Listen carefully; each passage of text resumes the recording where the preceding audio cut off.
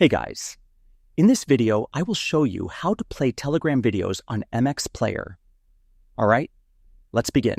This method is simple and straightforward, so let's get started. First, open the Telegram app on your PC or iPhone and navigate to the chat with the video you want to play. Tap on the video to start downloading it. Wait until the download is complete. Once the video is downloaded, tap on the three dots menu icon next to the video and select Save to Gallery or Save to Downloads. This will save the video file to your device. Next, open the MX Player app on your device. If you don't have it installed, you can download it from the App Store. In MX Player, navigate to the folder where you saved the Telegram video. This is usually in the Downloads or Telegram folder. Tap on the video file to play it in MX Player.